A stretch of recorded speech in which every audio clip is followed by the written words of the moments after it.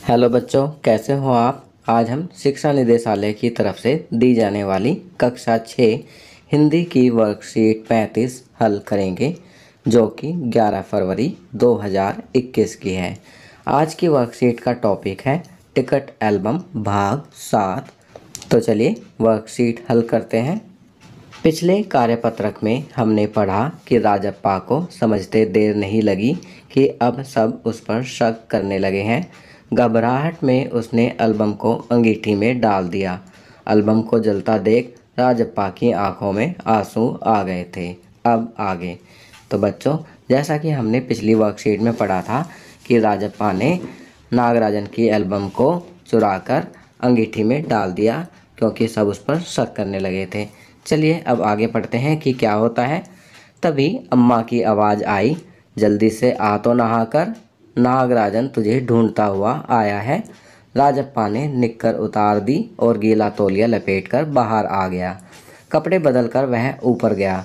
नागराजन कुर्सी पर बैठा हुआ था। उसे देखते ही बोला, मेरा एल्बम खो गया है यार। उसका चेहरा उतरा हुआ था, काफ़ी रोकर आया था शायद। कहाँ रखा था तुमने? राजप्पा ने पूछा। शायद दराज में। शहर से लौटा तो गायब। नागराजन की आंखों में आंसू आ गए। राजप्पा से चेहरा बचाकर उसने आंखें पोंछ ली। रो मत यार, राजप्पा ने उसे पुचकारा। वह फफक फफक कर रो दिया। राजप्पा झट नीचे उतर कर गया। 1 मिनट में वह नागराजन के सामने था। उसके हाथ में उसका अपना एल्बम था। लो, यह रहा मेरा एल्बम, अब इसे तुम रखो। ऐसे क्यों देख रहे हो? मजाक नहीं कर रहा, सच कहता हूँ, इसे अब तुम रख लो। बहला रहे हो यार। नागराजन को जैसे यकीन नहीं आया। नहीं यार, सचमुच तुमको दे रहा हूँ, रख लो। राजप्पा भला अपना एल्बम उसे दे दे। कैसा चमत्कार है। नागराजन को अब भी यकीन नहीं आ रहा था, पर राजप्पा अपनी बात बार बार दोहरा रहा था। उसका गला भर आया। ठीक है, मैं इसे रख लेता हूँ, पर तुम क्या करोगे? मुझे नहीं चाहिए। क्यों? तुम्हें एक भी टिकट नहीं चाहिए? नहीं। पर तुम कैसे रहोगे बगैर किसी टिकट के? रोता क्यों है यार? ले, इस एल्बम को तू ही रख ले, इतनी मेहनत की है तूने। नागराजन बोला। नहीं, तुम रख लो, लेकर चले जाओ, जाओ, चले जाओ यहाँ से। वह चीखा और फूट फूट कर रो दिया। नागराजन की समझ में कुछ नहीं आया।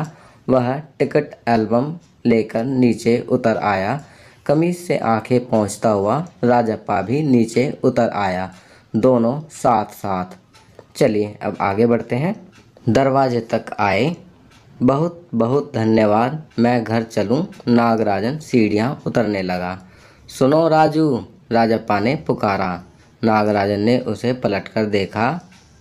एल्बम दे दो, मैं आज रात जी भरकर इसे देखना चाहता हूँ, कल सुबह तुम्हें दे जाऊँगा।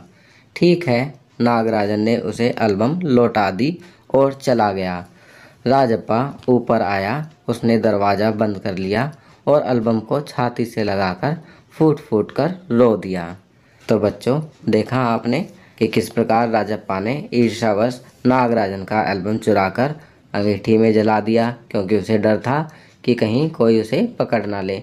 और फिर बाद में जब उसे पछतावा हुआ तो उसने अपना स्वयं का एल्बम नागराजन को दे दिया, ताकि उसे यह पछतावा ना हो कि उसने नागराजन का एल्बम जला दिया था। परंतु अपना एल्बम देते वक्त उसका मन बहुत ही तड़प रहा था। वह बहुत ही परेशान था। उसके मन में यह दुविधा चल रही होगी कि दूं या ना दूं।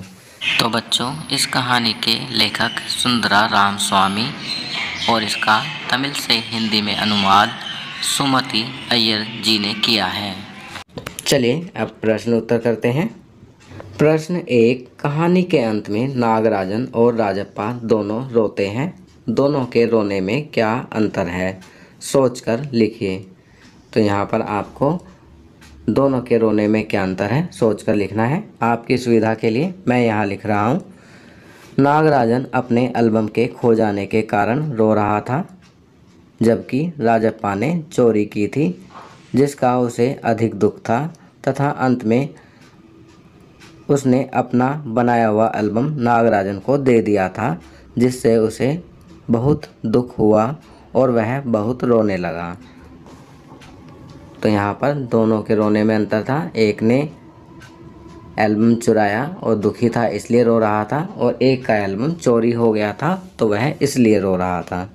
प्रश्न 2, राजप्पा एल्बम के जलाए जाने की बात नागराजन को क्यों नहीं कह पाता है?